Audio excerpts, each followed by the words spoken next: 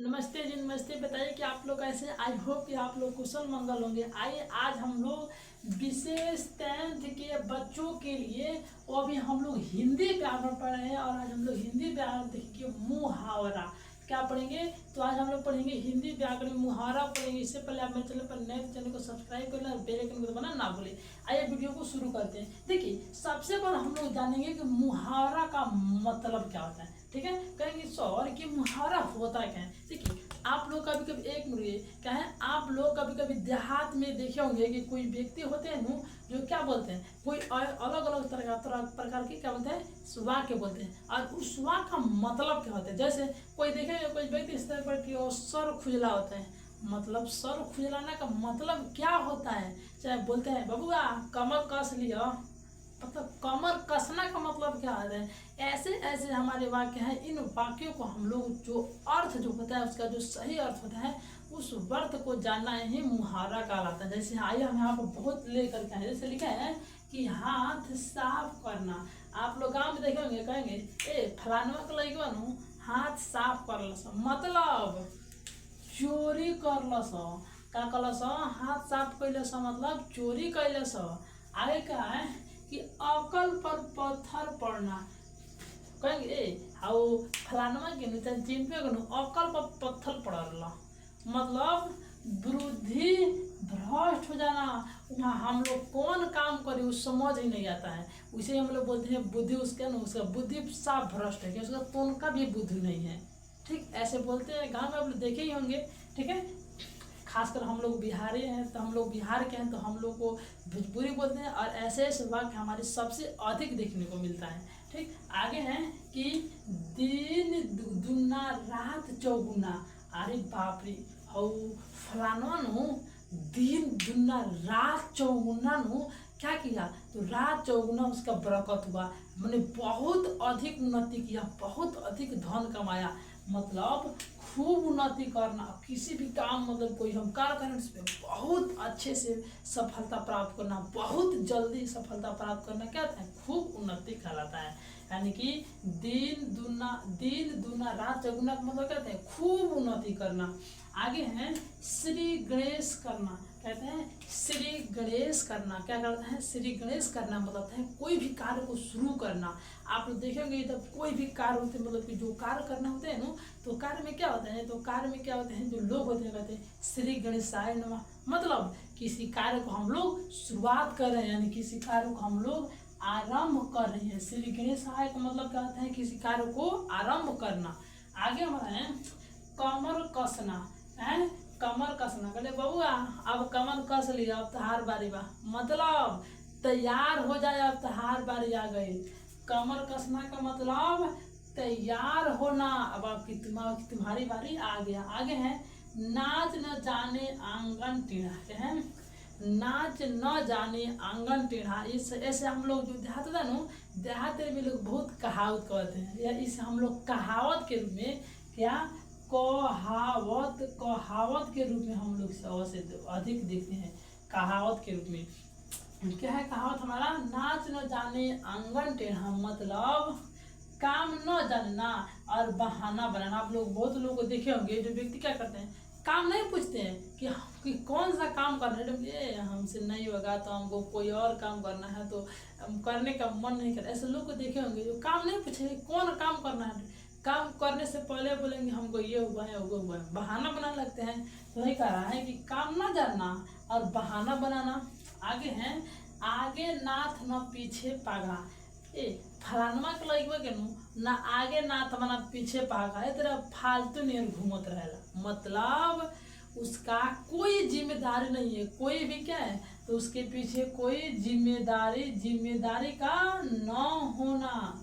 कहते हैं कोई किसी तरह का जिम्मेदारी का न होना। आगे नाथ ना पीछे पघा का मतलब होता है किसी तरह का जिम्मेदारी न होना। आगे है दूध के दांत न टूटना। ए अभी न कर दूध के दांते नहीं टूटल आ लागल काम करे।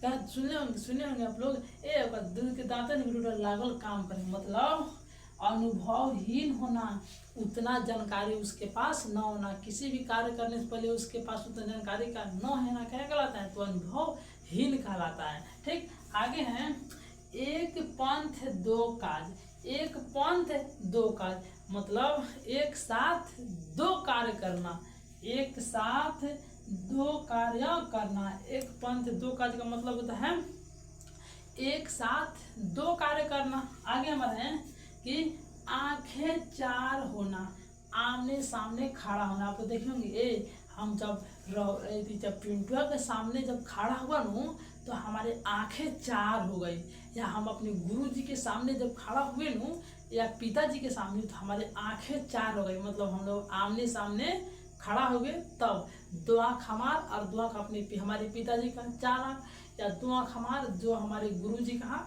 चार आँख। ऐसे ही होता है नु कि हम अपने पिताजी के सामने खड़ा हुए तो हमारी आंखें चार हो गई, मतलब दो आँख हमारा था, दो आँख हमारे पिताजी का था, ऐसा मान सकते हैं आप। ठीक, यहाँ तक हम लोग को 10 मुहावरा देखा। और 11वां मुहावरा है कुत्ते का मौत मरना। आप लोग देखेंगे कोई ऐसे व्यक्ति होता है मतलब कि जो ज्यादा फालतूई करता है तो कहते हैं कि इनु कुत्ता के मौत मरी। क्या है? इनु कुत्ता के मौत मरी, मतलब बहुत बुरी तरीके से, बहुत खराब तरीके से मरना, मतलब बुरी तरह मरना कहलाता है कुत्ते का मौत मरना। दूसरा है पहाड़ टूटना। ओह, हमारे ऊपर पहाड़ टूट गया, मतलब विपत्ति का आना, भारी विपत्ति का आना। कहेंगे देखिए जब मतलब कि किसी के यहाँ, आप किसी के परिवार के यहाँ मतलब किसी भी परिवार में जब किसी व्यक्ति का जब क्या होता है किसी तबीयत खराब था या कोई कार्य गड़बड़ होता है तो कहते ओ फलाना के ऊपर विपत्ति आ गई बटे, पहाड़ तो उसके ऊपर पहाड़ टूट गई, मतलब विपत्ति आ गई, मतलब ना विपत्ति का आ जाना। आगे है काला अक्षर भैंस बराबर। आप बताइए आपके पास, आप देखिए पहले दादाजी पढ़े हैं कि नहीं पढ़े? जिसके दादाजी नहीं पढ़े हैं उनके लिए हम कुछ बात करना चाहते हैं।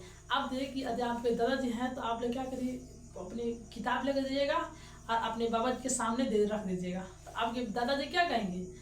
बाप रे रे पढ़ाई तो सब करिए लौकत है। क्या है? सब करिए लौकत है। तो काला अक्षर भैंस बराबर, मतलब कि जो अक्षर बन सब करिए लौकता, मतलब कि आपके दादाजी क्या है? पढ़े लिखे नहीं है, यानी कि निरक्षर है। कैसा है? निरक्षर, मतलब कि पढ़ा लिखा नहीं है, पढ़े लिखे नहीं है। आगे है खून पसीना एक करना। क्या है? आप देखे होंगे कहते हैं कोई और फलानमा को लेकर सब खून पसीना एक कर दिया है, मतलब बहुत मेहनत कर रहा है, बहुत मेहनत कर रहा है। बहुत मेहनत करना मतलब कठिन परिश्रम करना, बहुत हार्ड मेहनत कर रहा है, खून पसीना एक कर रहा है। आगे है अपना उल्लू सीधा करना। फलाना के बोला अपन उल्लू सीधा कर ला, मतलब वो अपन काम निकाल लेना, अपना काम क्या करना, तो अपना काम निकाल लेना है क्या कहलाता है? तो अपना उल्लू सीधा करना कहलाता है। अपना काम निकालना है क्या कहलाता है? तो अपना उल्लू सीधा करना कहलाता है। आइए इससे आगे और भी मुहावरों को देखने की प्रयास करते हैं। ठीक है, आगे हम लोग क्या देखेंगे? आगे हमारा है कितने नंबर में? तो आगे हमारा है 12 में, सॉरी हाँ सही 16 नंबर। 16 है आंख मारना। आप लोग देखेंगे जब गांव में क्या होता है, जब कोई दोस्त होता है तो एक दोस्त दूसरे से वहाँ पे उसका दोस्त खड़ा है, उसके मम्मी पापा वहाँ पे है और एक से चलना उधर, मतलब क्या होता है? आंख मारना, मतलब हम उसको इशारा किए कि चल उधर। तो आंख मारने का मतलब क्या होता है? इशारा करना होता है। दूसरा है खेत आना, मतलब कि खेत आना, यानी कि कहता है कि हमारे देश के जो फौजी लोग थे न, जो आर्मी लोग थे, जो जवान थे न, वह बेचारे खेत, मतलब क्या वो खेत आ गए, मतलब युद्ध में शहीद हो गए। खेत आना मतलब युद्ध में शहीद होना। 9 2 11 ना हम 9 2 11 हो गई। इसको जब सर जो करेगा बोला नहीं तो 9 2 11 मतलब वो भाग गई है, मतलब कि 9 2 11 होना मतलब कि भाग जाना। 9 2 11 होना मतलब कि भाग जाना। ठीक, 9 2 11 होना का मतलब क्या होता है? तो 9 2 11 होना का मतलब है भाग जाना। दूसरा है 19 में नाको दम करना। हाँ हमारा कहने साफ नाक में दम कर देले बा, मतलब साफा परेशान करके धो देले बा। भोजपुरी में सुने होंगे कि नाको दम करना मतलब परेशान करना, नाको दम करना मतलब परेशान करना। आगे है नाक कटना आई बा हम हमार नाक कटा दल सन चाहे फलानमा को लोग नु अपना पापा जी के नाक कटवा दल सन मतलब इज्जत लुटवा दल सन। नाक कटना मतलब इज्जत जाना, नाक कटना मतलब इज्जत जाना। ठीक, आगे हैं पानी पानी होना। ओ बेचा मतलब कि चिंटवा नु साफ पानी पानी हो गया मतलब पानी पानी का मतलब होता है साफ लज्जित हो गया, साफा लजा गई हो, लज्जित होना। पानी पानी होना का मतलब लज्जित होना। आगे हैं मुंह में पानी आना। मुंह में पानी आना मतलब लालच होना, किसी चीज को देख करके मुंह में पानी आना मतलब के अंदर अंदर ही अंदर लालच होना ताकि हम उस चीज को खा पाए, यही होता है लालच आना। पानी पानी मतलब मुंह में पानी आना मतलब लालच का होना। दूसरा है आंख में धूल डालना। आंख में धूल डालना, जैसे आप देखोगे कहीं जो मतलब कि जो वहाँ पे जो हमारे रक्षक होते हैं, जो पुलिस लोग होते हैं, पुलिस उनके आंखों के सामने क्या होता है, कुछ लोग होते हैं धूल डालकर मतलब उससे उसके आंखों में धूल डालकर, आंख में धूल डालकर मतलब कि एक मुठ्ठा मिट्टी उठाया और उसको आंख में लाकर इसे डाल दिया और भागे। धूल डालने का मतलब वो नहीं होता है, मतलब होता है धोखा देना। क्या होता है, धोखा देना। आंखों में धूल डालना मतलब क्या होता है, तो आंखों में धूल डालना मतलब होता है धोखा देना। आगे है आंखों में बसना।